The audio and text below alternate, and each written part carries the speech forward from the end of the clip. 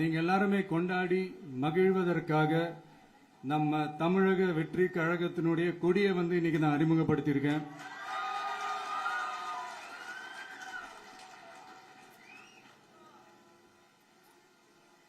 இது எப்படி சொல்றதுன்னா ப்ரோ, அதாவது என் நெஞ்சில் குடியிருக்கும் என்னுடைய தோழர்களாகிய உங்க முன்னாடியும் சரி,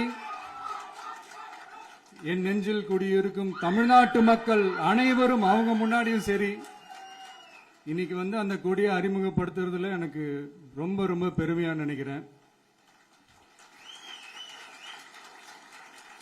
இதுவரைக்கும் நாம நமக்காக உழைச்சோம். இனி வரப்போற இயர்ஸ்ல நம்மள ஒரு கட்சி ரீதியா நம்மளை தயார்படுத்திக்கிட்டு தமிழ்நாட்டுக்காகவும் தமிழ்நாட்டு மக்களின் உயர்வுக்காகவும் நம்ம எல்லாருமா சேர்ந்து உழைப்போம்.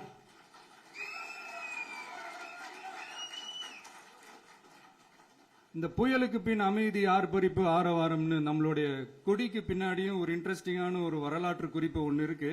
அது என்னன்னு அதை நீங்க எல்லாம் ஒரு நாளுக்காக வெயிட் பண்ணிட்டு இருக்கீங்கன்னு சொன்னல, அன்னைக்கு நம்மளுடைய கொள்கைகள் என்ன, நம்மளுடைய செயல் திட்டங்கள் என்னன்னு சொல்லும் போது அன்னைக்கு இந்த கொடிக்கான விளக்கத்தையும் நாங்க சொல்றோம். அது வரைக்கும்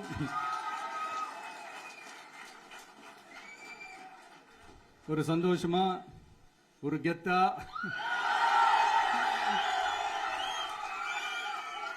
நம்ம இதை ஏத்தி கொண்டாடுவோம். இது வெறும் நம்மளுடைய ஒரு கட்சிக்கான கொடியா மட்டும் இதை நான் பார்க்கலைங்க. தமிழ்நாட்டோட வருங்கால தலைமுறைக்கான ஒரு வெற்றிக்கான ஒரு கொடியா தான் நான் பார்க்கிறேன். இது உங்க இல்லத்துல உங்க உள்ளத்துல இதெல்லாம் நான் சொல்லாமலே நீங்க ஏத்துவீங்கன்றது எனக்கு நல்லா தெரியும்.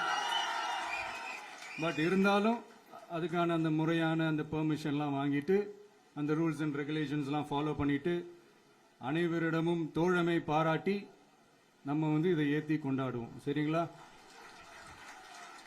அது வரைக்கும் கான்ஃபிடென்ட்டா இருங்க. நல்லதே நடக்கும். வெற்றி நிச்சயம். மீண்டும் சந்திக்கும் வரை நன்றி, வணக்கம். இன்னொரு முக்கியமான விஷயம் சொல்ல மறந்துட்டேன். எங்க அம்மா அப்பா இந்த ஃபங்க்ஷனுக்கு வந்ததுல எனக்கு ரொம்ப ரொம்ப சந்தோஷம். தேங்க்யூப்பா, தேங்க்யூமா.